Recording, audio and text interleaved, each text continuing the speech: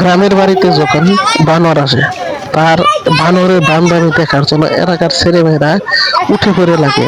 তাদেরকে বিভিন্ন ভাবে ঢেল ছুঁড়ে, ইট পাটকেল ছুঁড়ে এই বানরও তাদের সাথে বাঞ্চামি করে, এবং তারা এক গাছ থেকে আরেক গাছে লাফালাফি করে এদিক থেকে এদিক ছুটে বেড়ায়।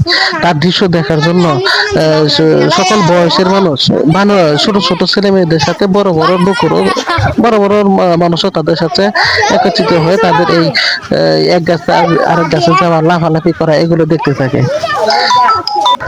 এই বানরগুলো বনের মধ্যে তাদের আবাসস্থল, যেখানে খাবার না পায় তখন তারা লোকালয়ের দিক ফিরে আসে। লোকালয়ের মানুষ তাদেরকে কোনো রকমের ঠাঁই দিতে চায় না, এবং এলাকার যত বান্ধবী ছোট ছোট ছেলেমেয়েরা আছে তারা তাদের এই বানরের সাথে বান্ধবী করে থাকে, এবং তারা এই বানরকে ঢেলাতে ঢেলাতে এক দিক থেকে আরেক দিকে নিয়ে যায়।